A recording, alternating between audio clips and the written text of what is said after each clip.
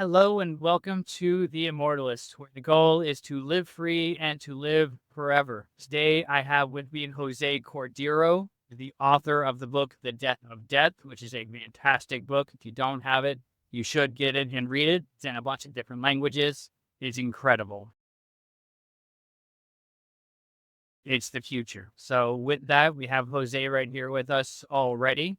We're going to hear about your life story today, Jose. I know you grew up in Venezuela. Your parents had moved there from other places. So, let's start with that. Tell us about Venezuela and your childhood.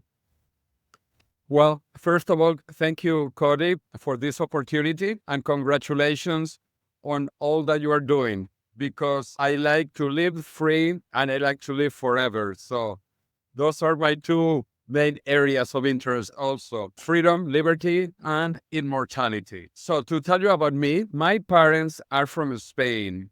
And there was a fascist government after World War II in Spain.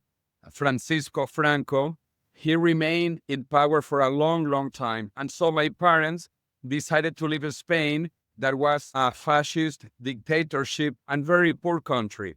And they moved to Venezuela, which was the richest and most democratic country in Latin America during the 1960s and 70s when I was born.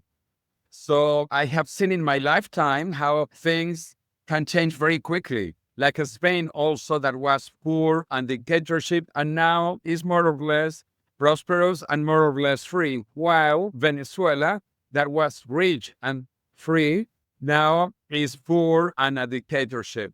So that is why I am totally committed to liberty, to freedom, because this is what makes countries advance. The freer a country is, normally, the faster the life of everybody improves. So this is what I have seen in my own personal life. And it is a tragedy what is happening in Venezuela, where I was born. And that is why I live in Madrid, where my parents are from. It's not paradise, it's not perfect. There is no perfect place, but it is certainly freer and more prosperous than Venezuela. But Venezuela was so wealthy that the best students in high school, we got scholarships to go to the top universities in the world. And I got a scholarship to go to the Massachusetts Institute of Technology, to MIT. So I got my bachelor's degree from MIT, my master's degree also from MIT, and I did half of my PhD in MIT, which I finished later in Japan. I moved from Boston, Massachusetts to Tokyo years later, and I finished my doctorate. My degree is in engineering. I am an engineer, but also I have a minor in economics and in languages. I speak 5 languages, and also I like economics, and I am very libertarian, economically speaking. And I think this is what we need. We need liberty, we need freedom, economically and in every sense, including for our health, because I think we should be able to decide that we want to live longer and we want to be younger. All right. So when did you move from Venezuela to the States? Did you move for college or did you move away from Venezuela before college? I actually got the scholarship when I finished high school. So I went to the USA when I was 18, 19 years of age. And then I began working in the petroleum industry, actually. As a mechanical engineer, I began looking for petroleum, for natural gas in many countries around the world. And I have traveled extensively. Actually, this is one of my highlights, I think, in my life. I have been to 137 countries. That's a lot of countries.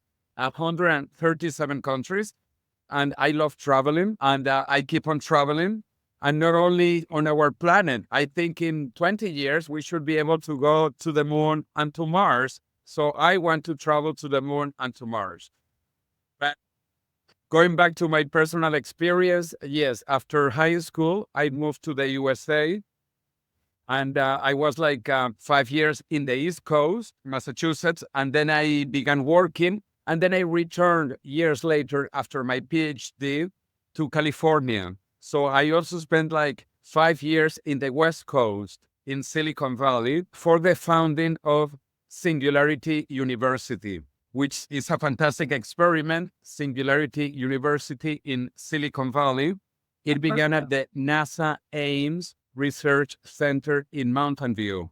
And I was there from the beginning with the two main founders, both of whom are from MIT, Peter Diamandis and Ray Kurzweil. My friend Ray Kurzweil, who is like the public figure about the singularity and immortality also. He talks that we would be able to reach the singularity, a mega global artificial intelligence by the year 2045, and also immortality by the same time, 2045.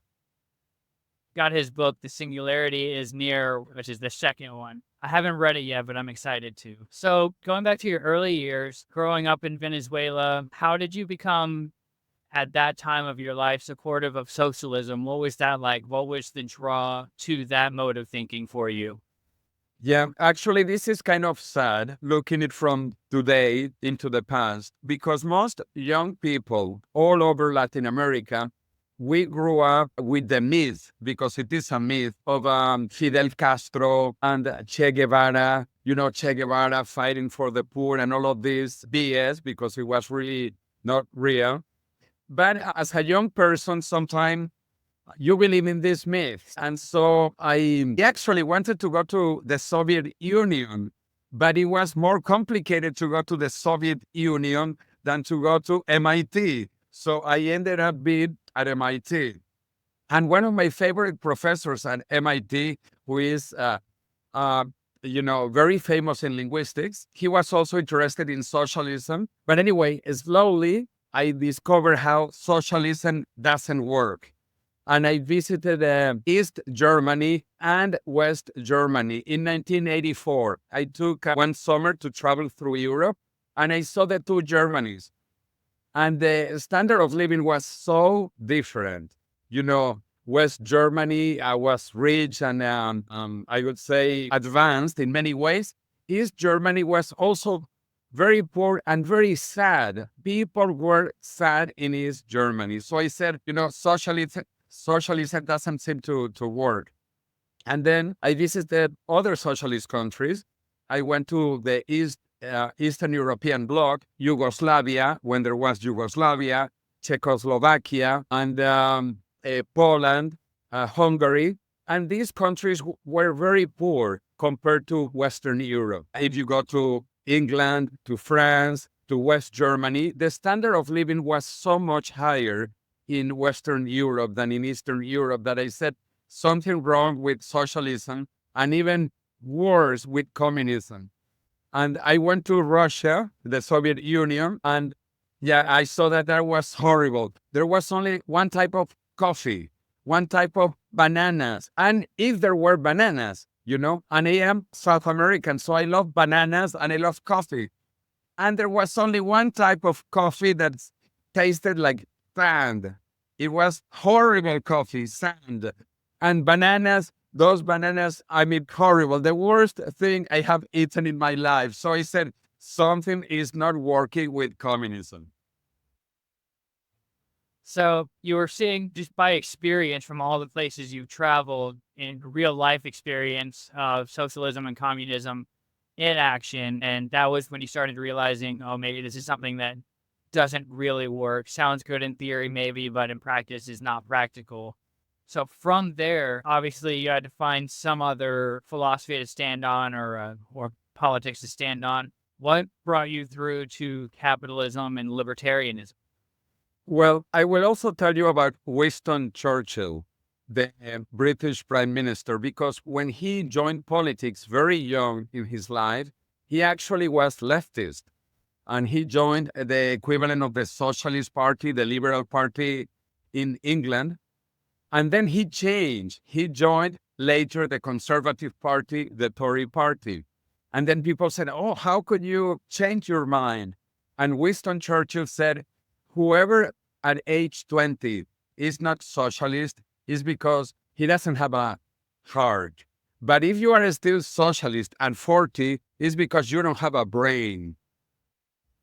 So this happened to me. It doesn't happen to everybody, but it did happen to Churchill. It happened to me. We began more into socialism. And then we saw the light, we saw the truth that no socialist country could compete with a capitalist nation. And so when I was in Europe in this trip, I went to Vienna and I learned about the Austrian School of Economics, an incredible thinkers who got the Nobel Prize, like Friedrich von Hayek, who got the Nobel Prize in economics for his ideas about liberty and prosperity, and other big thinkers, Ludwig von Mises, and also I learned about the Chicago School of Economics, people like Milton Friedman and the monetarists, and also All right. the objectivists like Ayn Rand. So there are many points of view which are not socialist that show how societies can improve. And so I got involved in all of these ideas, and I saw in the world, real life, that socialism has never ever worked. Nowhere and in no time in history has it worked. While capitalism actually seems to work, and we should compare the reality of both systems, because some people might say that socialism sounds good in theory, which is not even true when you learn about the ethics, the morality of socialism. But when you look at it in reality, you see also it doesn't work in reality. It doesn't work practically. While capitalism makes people happier and actually makes the economy grow. And in the U.S. Constitution, it talks about the pursuit of happiness, liberty, and property. Those are three fundamental things. Property, life is very important. If you have no life, you don't have property, you have no happiness, you have nothing. So life, property, and the pursuit of happiness. So it's interesting. You've seen through your experience that socialism definitely doesn't work. Capitalism works way better. It seems to me that you can also look throughout history and see how capitalism does really, really well in the start of a nation or in the formation of a capitalist or more free government. But then something kind of happens as the country grows, as the government grows bigger and bigger, and it almost seems like capitalism kind of wanes off. What's your take on that? What's going on with that? America being a good example. When the United States started, it was very free. It was built on the Constitution, the Bill of Rights, and all those things. Had a very, very prosperous first 150 years. But then the last 50 years or so coming up to today, very evident. A lot of divisiveness, a lot of decline and recession and things in what could be considered by a lot of people to be a capitalist nation. So what's your take on why that is? Well, we need to defend liberty continuously, because if we don't, someone will abuse their power. So it is important that liberty is a fight that we need to do every day, like brushing your teeth, showering. You should be trying to do this continuously all your life. And so the same for liberty. We need to keep liberty, because otherwise the temptation of bureaucracies is to grow, to grow, to grow. And it's horrible. Actually, in Europe, it's even worse. The governments take up about 50% of the GDP. Half of the gross domestic product is controlled by the government. This is a huge number. When governments began, they were maybe 10%. Actually, this is what many people even saw in religion. Some religious groups, they talk about giving 10% to the church, to put an example. But anyway, so governments have grown from 10% of the economy, 20% of the economy, 30% of the economy, 40% of the economy. Actually, the USA is in that range between 30 and 40%. In Europe, different countries are between 40 and 50% in terms of GDP expenditure by the government. So a lot of taxes, which is horrible, a very bad situation. But still, we have democratic governments in Europe, which is not the case in Russia today, or in China, or in other communist or leftist countries. But yes, we need to keep on fighting for liberty continuously. So I think the government has grown so much in the USA that now there is this Dodge, no, the Department of Government Efficiency, which I think is fantastic. We need to reduce the government even more. Let me tell you, because I believe in technology. I am an engineer from MIT. I think the president should be a robot in the future, a robot, and the government should be artificial intelligence. I think he would know more than all the politicians together, would know much more, and he would be incredibly cheaper, and he could be working 24 hours continuously with all the information, because we humans, we have limited access to information, but artificial intelligence and robots will have access to all the information. And I think they could be better for us than politicians today. Could definitely see that line of logic, especially if you consider the option, just to back up a little bit, how a capitalist nation like early America has evolved into not being so prosperous and kind of going into a recession and a lot of issues is, as you said, government growing bigger than it needs to be. And I think a lot of that comes from men and women in positions of government and in power saying, well, we need to make the citizens, we need to make people live this kind of way for the sake of the freedom of this group over here. And then when that's done, then this group over here is like, well, actually, if that's the case, we need to make this other rule and make everyone do this other thing. So that way we can keep our freedom too. And it's something that just spirals out of control. And now you have a whole lot of regulation and coercion and fraud that comes in, just a lot of red tape and a soupy mess, or the swan, as Trump would call it. And I think the line of logic you're going here of having a robot be the president, AI kind of running the government, I think that would be extremely feasible, especially if you put as the core program of no initiatory force against any individual, any contract, any property, which is laid out in the prime law that was authored by Mark Hamilton and his father. If that program is what that artificial intelligence and that robot is going on, and what every regulation is built on from that, then that's fantastic, because it really takes man out of that equation of governance. It's based on the prime law, so it's individual freedom, which is the smallest minority. So, no minority group is protected over another one, because the individual, which is the smallest, is protected across the board. And then the facilitation of that is done by artificial intelligence and by robots. That makes perfect sense to me. And I think this is a great use of technology. We have created technology to live better lives, more advanced lives. I would say even freer lives, because imagine 10,000 years ago, when we were in the caves or in the savannas of Africa, we were working all the time. We were like animals. But technology allows us to keep on advancing and to do better jobs, some works which are more self-fulfilling. Because again, 10,000 years ago, we were all hunters and gatherers. We lived looking for food. It was what we did. We were always looking for food, hunting and gathering. And again, also fishing, which is a type of hunting for fish. Then agriculture was invented, a technology was invented that allow us to move into a better working condition. But still we had like 80% farmers. I don't want to be a farmer. I have nothing against farmers or against gatherers and hunters and fishers. Nothing against them. But I prefer to do other things, and also do things because I want to do them, not because I need them to survive. I want to do things that are exciting, that allow me to fulfill my dreams, my wishes, and things like that. So anyway, technology, I think, is an enabler to become freer.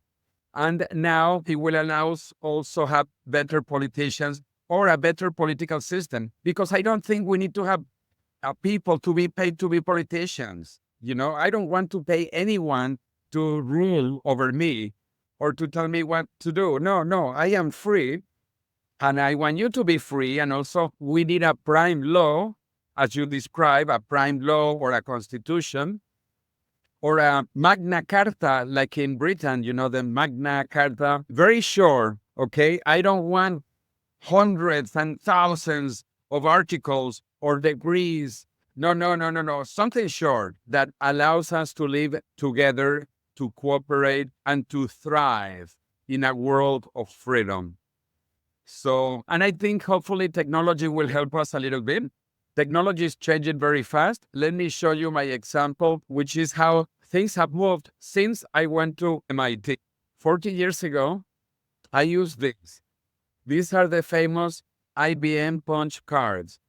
IBM, and other companies made these punch cards. We had to make little holes. It's full of holes. And this is about 10 by 100. There were different sizes, but 10 by 100 makes 1,000. 1,000. This was 1K of memory. And these mechanical memories, we had to put thousands of them together to keep any memory, any records, and to write programs. Thousands and thousands of these, 1K each.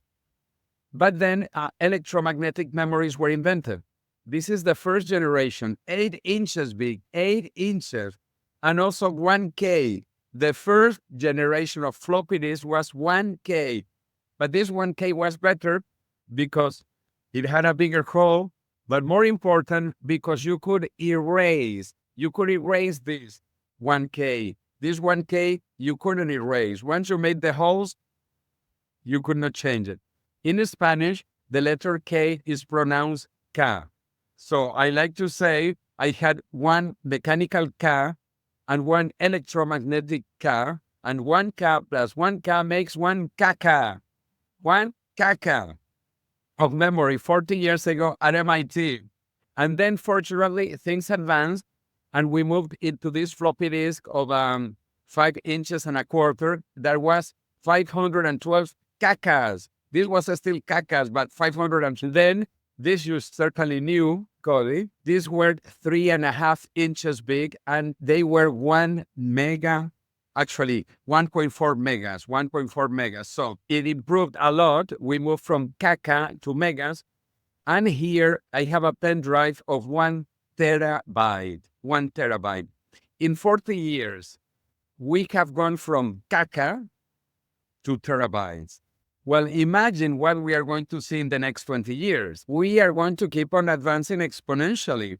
And so you will remember me and Kaka, but this will not be the Kaka of the future. 1 terabyte will be Kaka. This will be Kaka in 20 years.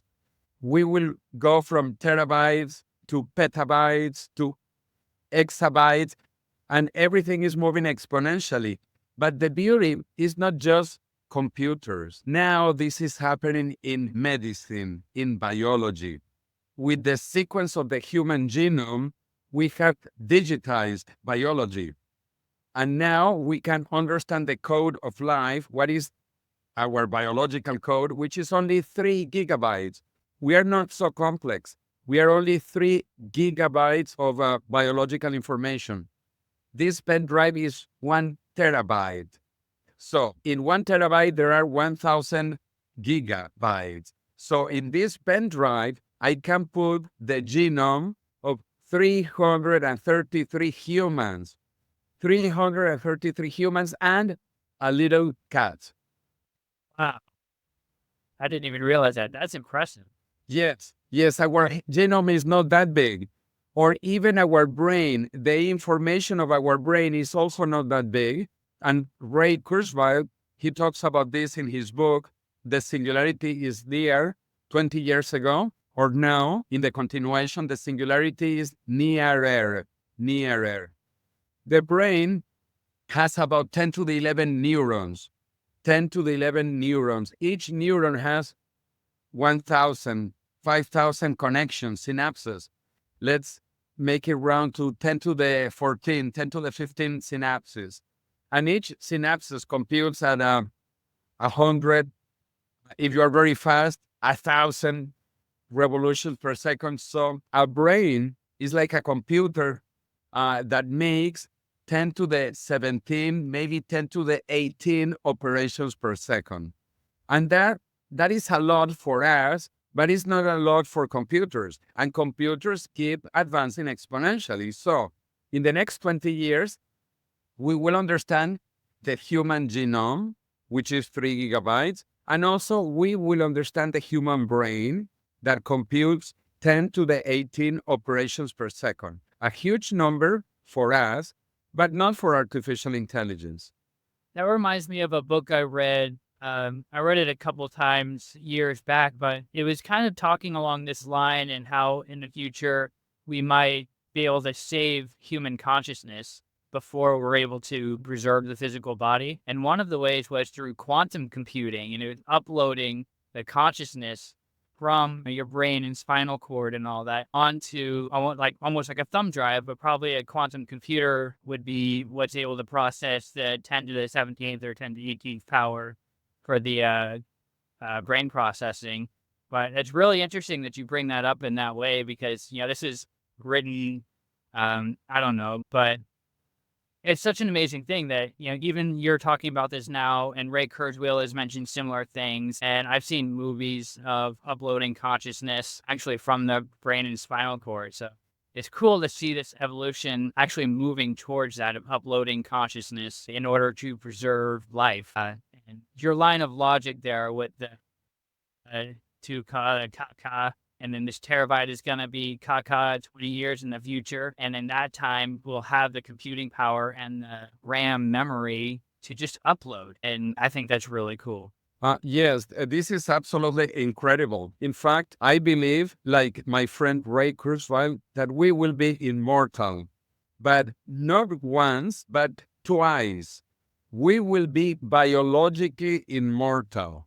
Because once we have sequenced the human genome and can modify our genome completely at will, almost, we will be able to rejuvenate also our biological bodies. But besides biological immortality, we will also reach computational immortality. We will be able to read our minds and put it in a different body or in a different substrate if you want to change bodies, or if you want to be in the cloud, if you want to be more virtual than physical. So yes, this is truly exciting to be immortal, not once, but twice. Immortality comes twice. And the date is the same. We expect this to happen in the next 20 years. By 2045, we will be able to rejuvenate our bodies biologically. Actually, we will begin step by step earlier. Maybe in just 5 years, we will go learning more and more how to extend lifespan and then rejuvenate, but also with our minds. And this is what Elon Musk is doing with his company Neuralink. And there are other companies like this to try to understand our brains. And once we can read our brains, the possibilities are unimaginable. For example, in terms of speed, we are very slow communicating. We communicate at bits per second, 10 bits per second. Computers communicate at gigabits per second, gigabits. So that is 1,000,000,000 times faster than we communicate talking. 1,000,000,000 times faster from computer to computer. Another thing, computers compute, in billions of times faster than our tiny brains. They are much faster computing than our brains. And also, they will have unlimited memory. We have a limited memory right here in our brain. Once we go into the cloud, once we connect ourselves to the cloud, we will have unlimited memory, unlimited communication capabilities, and unlimited computations in our brain. So we will expand our capabilities thanks to technology. So I am really excited.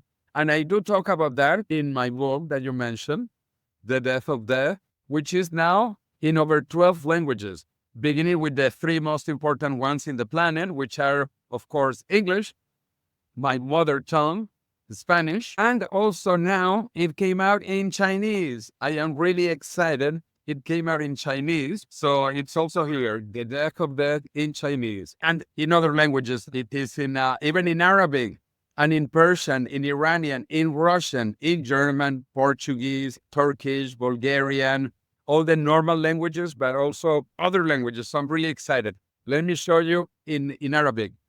This is in Arabic.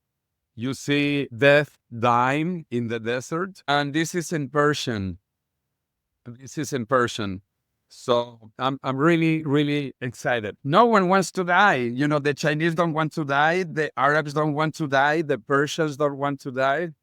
Yeah, that's very cool. I want to back up to you said things are, Ray Kurzweil was saying 2045. So we're looking from what you said, a 20-year time span before we reach immortality in two ways. One, through computational immortality, and then also through physical immortality. Why does Ray Kurzweil say 20 years? Why do you agree with 20 years? Is that an optimistic timeline? Do you think it could be slower than that? Or do you think that's actually a very slow kind of timeline that could be faster if it weren't for other variables? Why 20 years? Well, actually, Ray, that I have known for 30 years or a bit longer, because he was very famous at MIT. He got his degree from MIT, and his mentor, his professor was Marvin Minsky. Marvin Minsky, who is one of the founders of artificial intelligence. Minsky was also one of my favorite professors, but he was the mentor of Ray Kurzweil. So Ray has been making projections for a long time. Actually, for I think 60 years, he has been making projections about the future in his previous books, like The Age of the Spiritual Machines, that he wrote in 1998, published in 1999. He made his most famous predictions in that book, which is a quarter of a century in the past. And he wrote already in that book when we would pass the Alan Turing test, when we would reach the singularity. And he has not modified those dates. And he has been 80% correct, actually a bit more, 83, 86% correct. He's like a magician, better than Nostradamus, better than Rasputin, because his projections are based on the advance of exponential technologies. He looks at the exponential growth of all technologies that can be digitized. And again, not only computers and information can be digitized, now biology can be digitized. That is also why we have this exponential advance in biology. And I'll give you the example of sequencing the human genome that I mentioned. The human genome is 3 gigabytes. The Human Genome Project began in 1990 when people were in caca. You know, this is the time of caca. People were still in caca. And so to sequence the genome, there was 3 gigabytes was a big project. And people would say it would take 100 years to sequence the genome. And actually, they finished in 2003. So from 1990 until 2003, it took 13 years, and it cost over $3 billion. Well, now, today, you can sequence your genome in a couple of days for a couple of $100.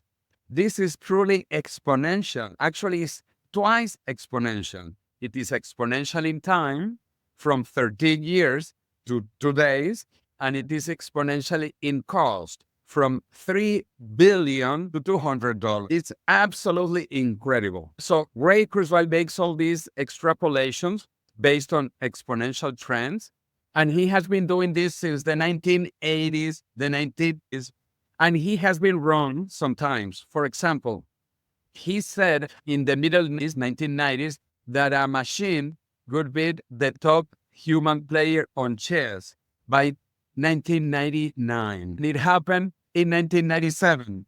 It happened 2 years before. This is when Garry Kasparov, who was the best chess player in the world at that time, lost against a computer by IBM, Deep Blue. Deep Blue, created by IBM, beat Garry Kasparov 2 years ahead of time, according to Ray Kurzweil predictions. The same happened with this TV game called Jeopardy. Jeopardy on TV. He also said a machine, an artificial intelligence, would beat all humans by 2015. And I think another IBM computer called Watson won also 2 years ahead of time. So now Ray Kurzweil has some more dates into the future. For example, he says, and he has said that since the 1990s, that we will pass the Alan Turing test in the year 2029. The Alan Turing test means that you will not know if you are communicating with a human or with a machine, with an artificial intelligence. And he said that again a long time ago, and that should happen by 2029. Well, I think that will happen maybe next year, or it is already happening now. We don't know sometimes when we're talking Got to... fooled already by it. Absolutely. And actually, that is why we need robot politicians or artificial intelligence politicians. They will be better than humans. But again, so the date, 2029. Also, Ray has said for a long time that we will reach longevity escape velocity if we make it from 2029 to 2030. What does this mean? If we survive this year, 2029 to 2030, we will be gaining 1 year per year we survive. So by 2031, we will be gaining 1 more year of life, but still aging. We will be still aging, but healthier and healthier until 2045, when we will be able to rejuvenate people. So not just living longer, but longer and younger, rejuvenating. In fact, Cody, we should watch this interview in the year 2045. Yeah. Because in 2045, we will be able to rejuvenate. And I will be much younger than you are now. I look forward to that day. Yes.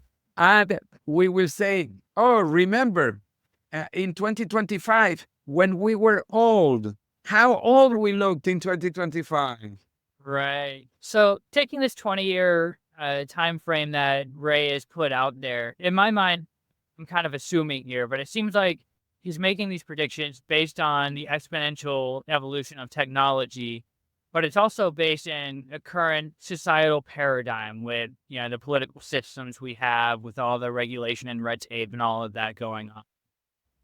What if, just for the sake of imagination and conversation here, what if there was a paradigm shift to happen somewhere, some new country were to form, where all of the current day regulations that we have, even in the most free countries, were totally stripped away, and the only thing left was protection of every individual that was there, and that level of freedom was afforded to, physicists, biological researchers, all these scientists and people who are working to cure aging and on like AI and the blending of all of that.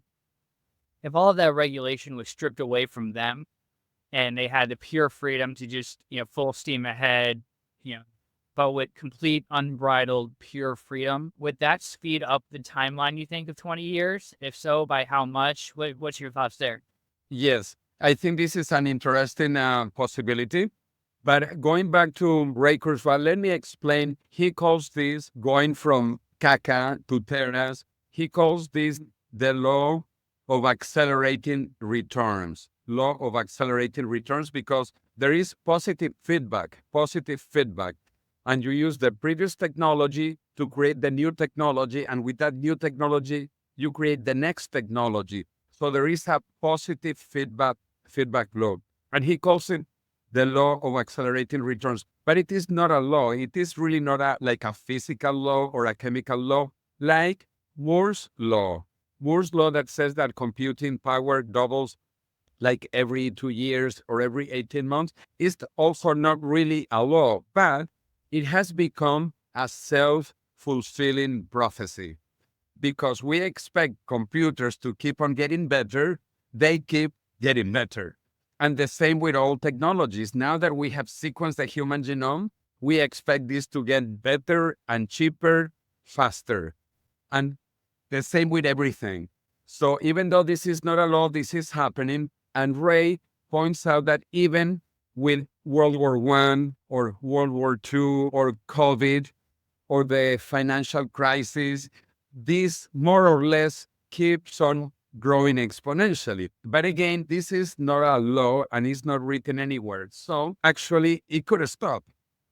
And if there is a mega planetary war, it could stop. So we need to be very concerned about this, that even though it seems to keep on moving more slow and the law of accelerated returns, the future is not guaranteed. But not only it is not guaranteed, every day die 110,000 people die of age-related disease. 110,000 people, day after day after day. Altogether per year, over 50 million people die of age-related diseases every year. So we have to stop that. That is the biggest war in the planet. That is the biggest Holocaust in the planet. Over 50 million people every year.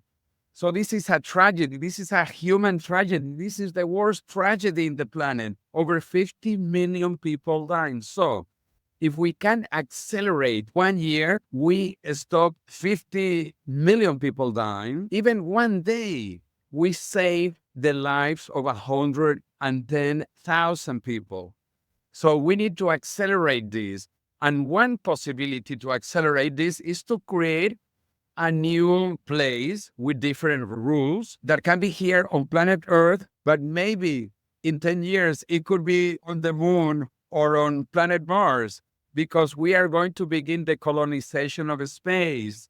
And we are probably going to have different rules for the moon and for Mars. But anyway, here on planet Earth, we can indeed accelerate this.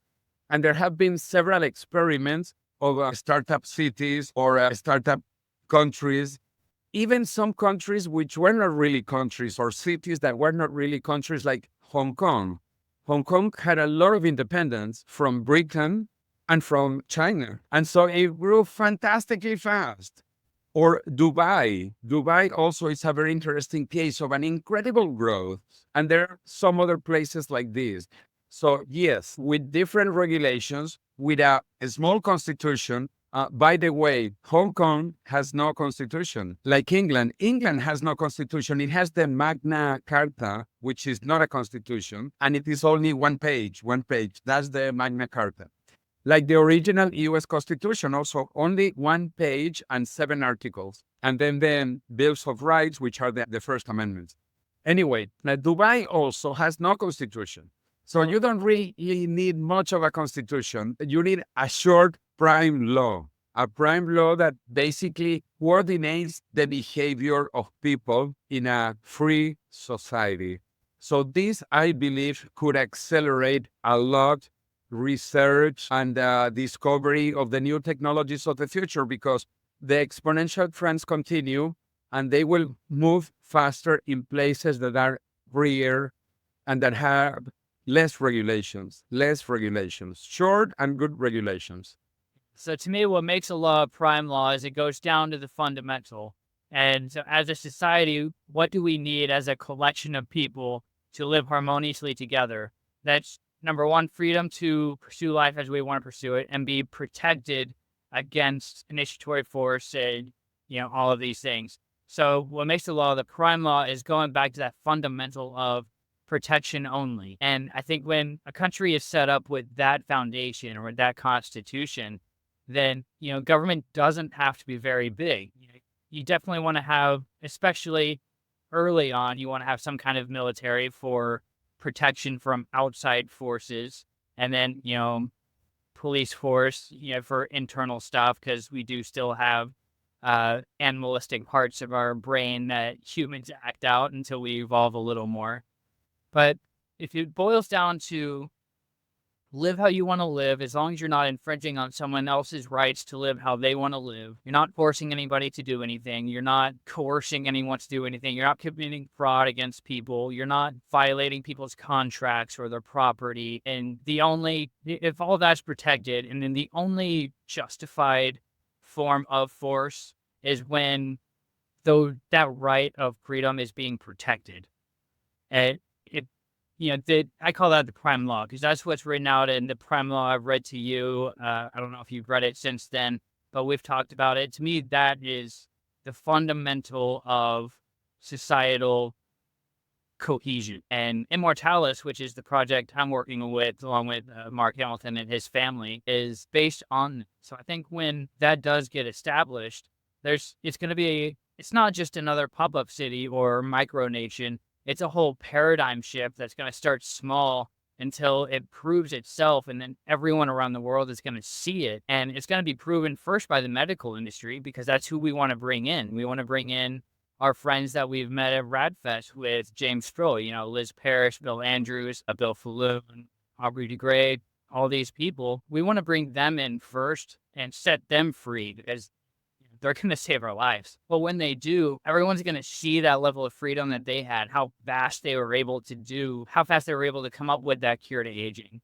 Everyone in every industry and every individual is going to want to experience that. It's going to start small, but in my mind, it's going to spread across the entire world. It's going to be a whole paradigm shift. And so that's why I'm so passionate about this project, because I know it's the next thing. It's the next evolution of human consciousness. And it literally is going to save everybody's life. And that's why I was bringing up that question. What if the regulation that we see, even in the most free countries today, what if all that was pulled out from under government? Initiatory force is eliminated, stopped. It's no longer allowed. It's just pure freedom. How fast do you think that would speed up the timeline of right now, today, 50 million people around the world die every day to nobody dies ever? How fast do you think that would happen in a purely free society like that? Well, no one knows. That is why we need to support Immortalis, because it would be the experiment, the biggest experiment for the biggest dream of humanity. Because as far as we know, we always wanted to be immortal. In fact, the religions offer immortality. All religions offer immortality, but somewhere else and sometime later. How about if we could have immortality here and now, which is what science is beginning to offer? And that is why we need to accelerate this. I am also totally committed to this because it is the most ethical thing that we can do, the most moral thing we can do, because in advanced countries, in North America, in Europe, in Japan, 90% of the people die of age-related diseases. 90% of the people. It is true that there are other causes of death.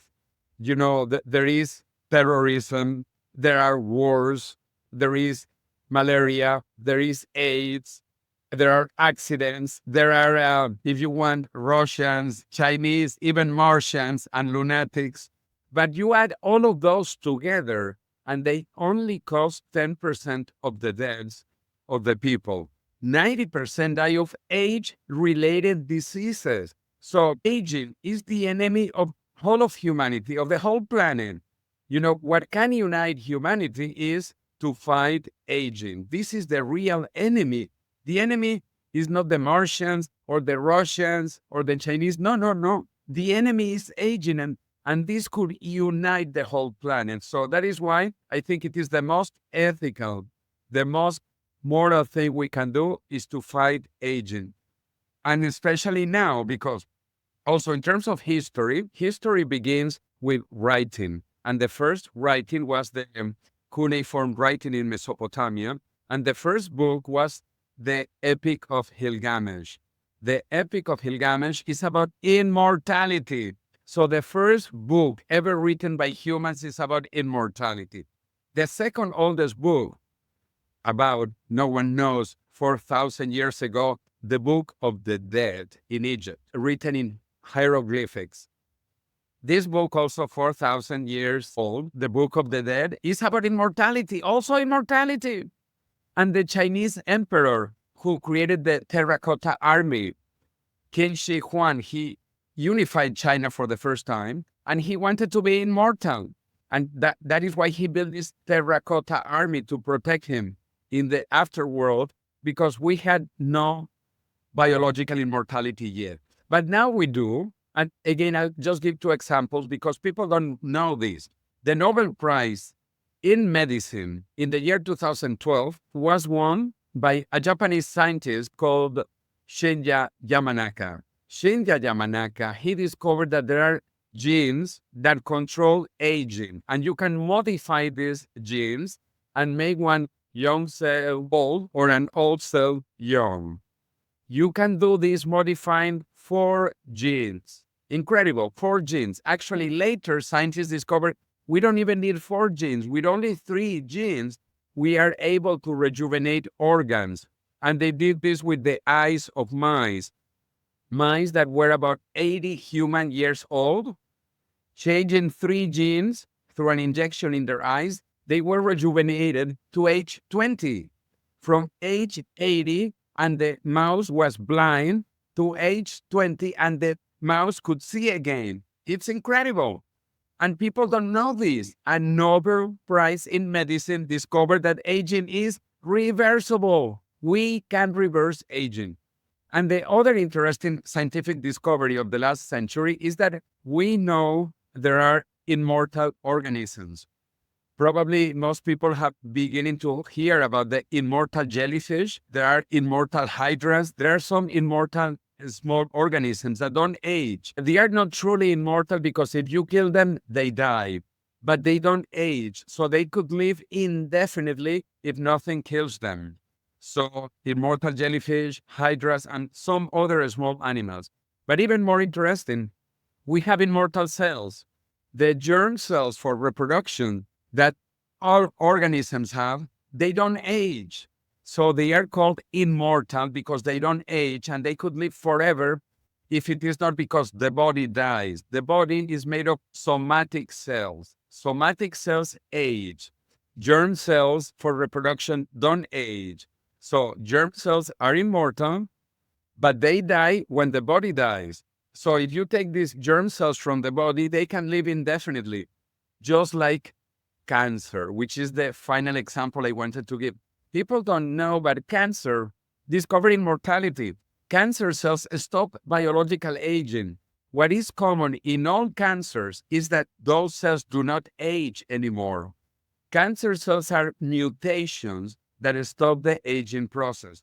And I find this incredible, like even impossible, science fiction, but it is reality. Cancer cells discovered immortality. And cancer cells didn't go to university. Cancer cells didn't go to MIT. Cancer cells do not even know how to read, and they discovered immortality.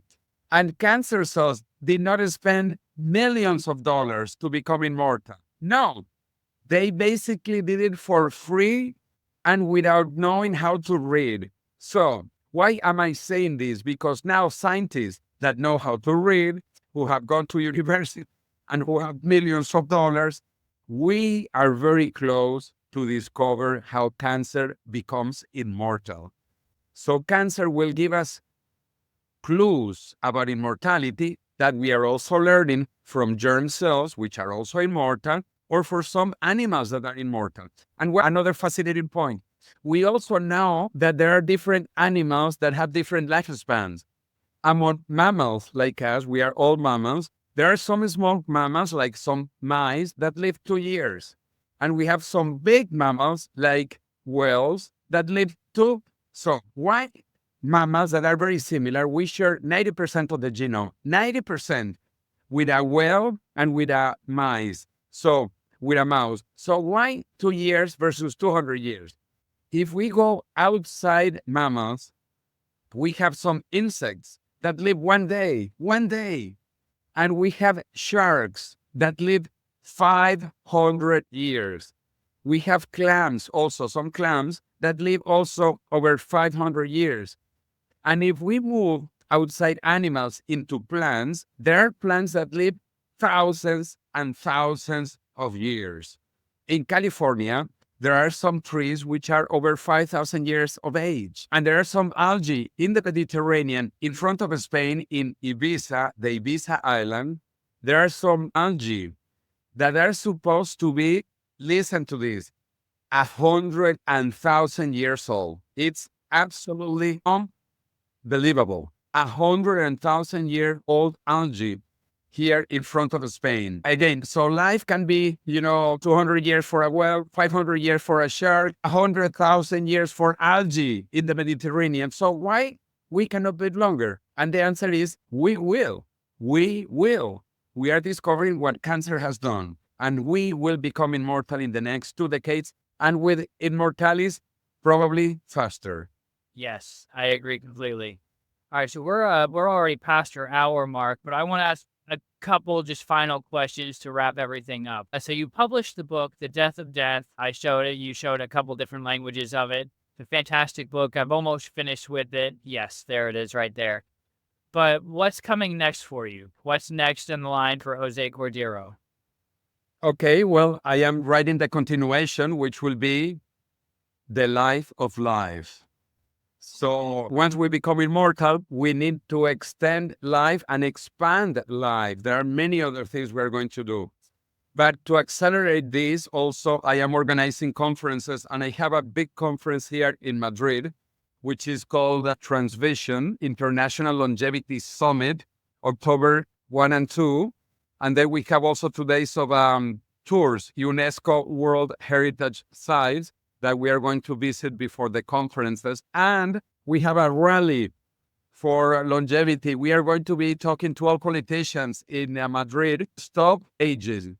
Envejecimiento is aging in Spanish. So stop aging, stop aging. This is October 1st and October 2nd in Madrid, beautiful Madrid. So come to Madrid. That, by the way, this is very important. Madrid has the longest life expectancy of the European Union. Life expectancy in Madrid at birth now is 85.2 years, which is over 6 years more than in the USA. 6 years longer. In the USA, it's about 79 years life expectancy now. In Madrid, 85.2. Actually, it is even longer than in the supposedly blue zones. Maybe you have heard of the blue zones, the island of Sardinia in Italy, the island of Icaria in Greece, the islands of Okinawa in Japan, Loma Linda in California, and Nicoya Peninsula in Costa Rica. Well, let me tell you, Madrid has a longer life expectancy than all of the blue zones. Madrid, 85.2 years, the longest life expectancy in the European Union. But there are some cities actually that have longer life expectancies. So Madrid is very good, but there are even better places also in Europe. Like, for example, Monaco. Monaco is a country. It's not part of France. It's an independent country. And Monaco, it's a very prosperous and longevous country. It has higher life expectancy than Spain. The same in Liechtenstein, a tiny country between Switzerland and Austria. And in the Vatican. In the Vatican, actually, people say that they are already immortals.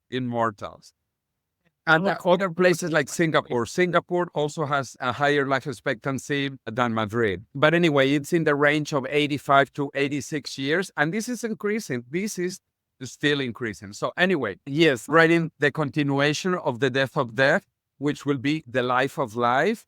And I am organizing the biggest conference in Spain for International Longevity Summit.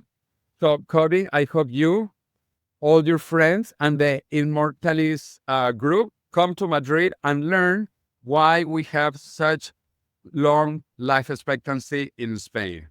Awesome. Yeah, anybody who's watching and you still have a chance to get there, you should definitely go. Jose is a top-notch human on this planet, and hopefully one who's going to stick around forever. With that said, Jose, thank you very much. I know it's late where you are, so we'll end the recording here, but please do stay on the line a little bit. I want to talk to you off the air. Yes, and remember, like Commander Spock from Star Trek, he says, live long and prosper. So I wish you a lot of, well, actually, what is it? Live free and live forever. I like that. Live free and live forever. Yes, live long and prosper, because, final point, we are between the last human mortal generation and the first immortal generation. So where do you want to be? Yeah, it's a choice. All right, thank you, Jose. We'll close out here. Stay on the line.